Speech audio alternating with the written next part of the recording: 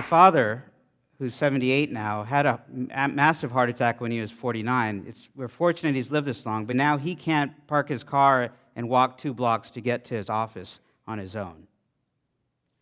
For so many human conditions, the fundamental problem is that your body has lost a set of cells that it needs for a certain function, and we have no way to replace those cells.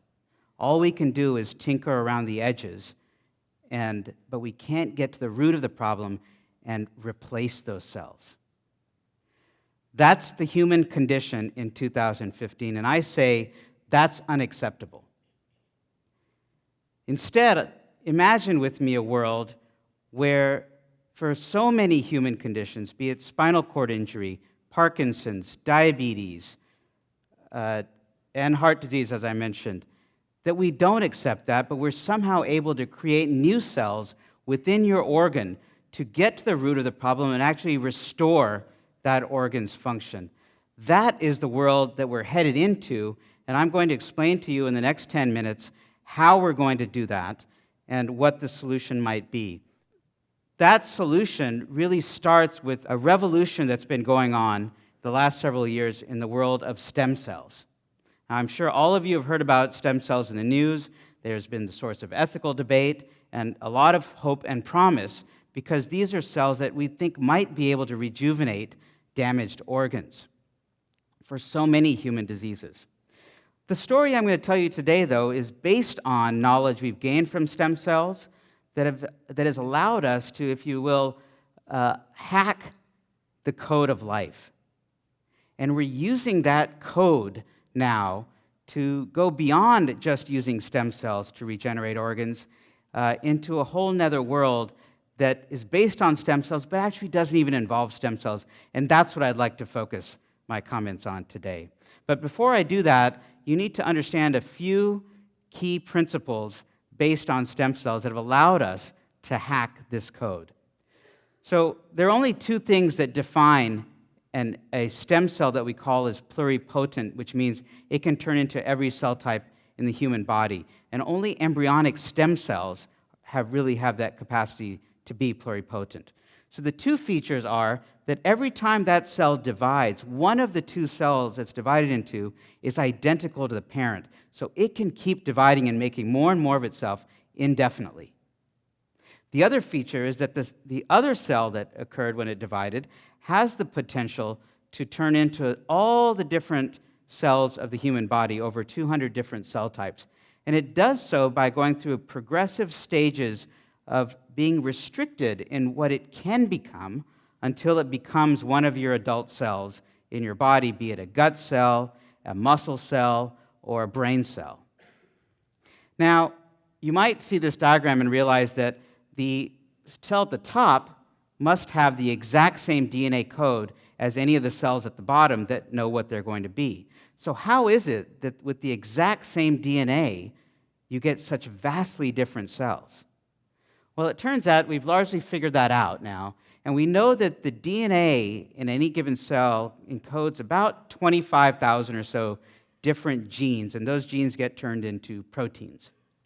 And the only difference between a muscle cell and a gut cell or a brain cell is that in each of those, only about 5,000 of those 25,000 genes are actually being turned on and activated, and the other 20,000 are being silenced.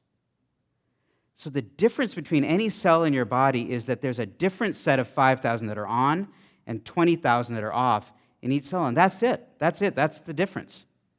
So you can imagine if you knew how to flip the switches on and off on the 5,000 you want on and the 20,000 you want off, you could control the fate of any cell in your body. You could change one cell type into another almost at will. But of course, that seems complicated, doesn't it? You'd have to flip 25,000 different switches, and how do you really do that? It's not a very feasible problem. It turns out that nature has built simplicity into the system, so that what we now are realizing is that each cell in your body has sort of a core machinery of master regulators that will set off a chain reaction and change the DNA all along a chromosome, wholesale switching which things are on and off. And in most cell types, a combination of 3 or 4 master control points can set off the whole chain reaction so that you get 5,000 genes being turned on, 20,000 new ones being silenced, and you can change the fate of a cell almost at will if you can figure out what those 3 or 4 master genes are. This is remarkable. It's finally given us in our hands the source code, if you will. If you imagine the DNA being the hardware and how you interpret it being the software, we're starting to figure out the software.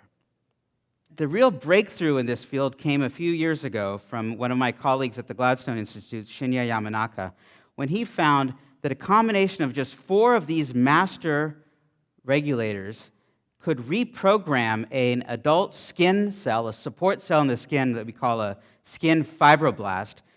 When you put these 4 genes in, you could turn that skin cell into a cell that was pluripotent, just like an embryonic stem cell. It could turn into all the different cell types of the human body. And now you could take these cells and then direct them into becoming the cell type you want, and maybe you could transplant those back into a patient, and they wouldn't reject it because it's their own DNA, it's their own cells. Or you could use those cells to actually discover a drug that was affecting a disease in that cell. Say if you have Alzheimer's, ideally we'd want to find a drug that affected a brain cell, and we could correct that, but we need a brain cell from you in the dish in front of us, and obviously we can't take a brain biopsy. But now we could take your skin cells, turn it into your brain cell, and test if a drug could work on your brain cell. And just to give you an example of what these cells might look like, what you see here is a sheet of beating heart cells that are electrically connected and beat in synchrony, just like your heart does. And these cells used to be on somebody's skin. This is like science fiction, but we're able to do that. And you can imagine if we can do this, we might be able to take a heart that's been damaged, like you see here, where the blue represents scar that replaces the nice red muscle, and inject these cells into that scar area and try to restore the lost cells in the heart. It turns out that we're trying to do that, but it's been rather difficult to get cells to survive when we put them in and integrate electrically so they beat in unison. But we're trying to do it. But a few years ago, we took advantage of another observation, and that is, in the human heart, half of the cells in your heart are actually not even muscle. They're these support cells that I mentioned earlier, the fibroblast. But they're there, and they're also the ones that get activated to form that blue scar that you see there. And we asked, if we can take a fibroblast and turn it into a stem cell and then a heart cell, what if we could take that fibroblast that's already in your organ and it's going to make scar and trick it so it doesn't make scar, but instead turns directly into muscle without ever becoming a stem cell? Could we do that? Could we get that code that's key? And so to do that, we took advantage of 2 decades of work that our lab and other labs had done that were meant to figure out how does nature normally make a heart in an embryo? What's the code that nature uses? And we've largely figured that out. And we asked, can we redeploy some of that code into these scar-forming cells and get them to switch their fate? And remarkably, it turned out that a combination, in this case, of just 3 genes that are critical for formation of a heart in an embryo, if we reintroduce in these scar-forming cells, could switch those cardiac fibroblasts now into new cardiac muscle right there in your organs. So we're not even putting any cells in. We're taking the cells that are your own already there and just converting them. And we first did this in the mouse, where we can tie off a coronary artery and create a heart attack in a mouse. And then we inject these 3 genes into the heart, and a month later we can take the heart out and cut it in slices and look at it under the microscope, but also break it up into single cells, like what you see on this slide. And here we've taken advantage of a genetic trick where we can label in green a cell that used to be a fibroblast, and now if it later looks like a muscle, we know that that used to be a fibroblast, and we've converted or reprogrammed it into a muscle. And you can see here this green cell beats just like the non-green cell, which was an old muscle cell. And if we look at under the microscope a heart, that's not treated, it looks something like this, where this big circle is the left ventricle that pumps to the body, and that blue area is the scar tissue. It's huge, and you can imagine that heart's not doing so well. And in contrast, with just the introduction of these three factors, we still see thinning of that wall of the chamber that pumps, but now you can see red threads throughout that scar tissue. Those red threads represent newly born muscle that used to be these scar-forming cells. And those cells, those hearts then, if you put the mice in little MRI machines, also beat much harder and pump much more blood. But of course, we don't want to just treat mice. We want to treat humans, but we can't go directly to humans, so we did the next best thing. Here you're looking at a pig heart, where we've done the same thing, and pigs' hearts are very similar to ours. And at the bottom of this heart, the heart's a little wider. That's where we've created the heart attack.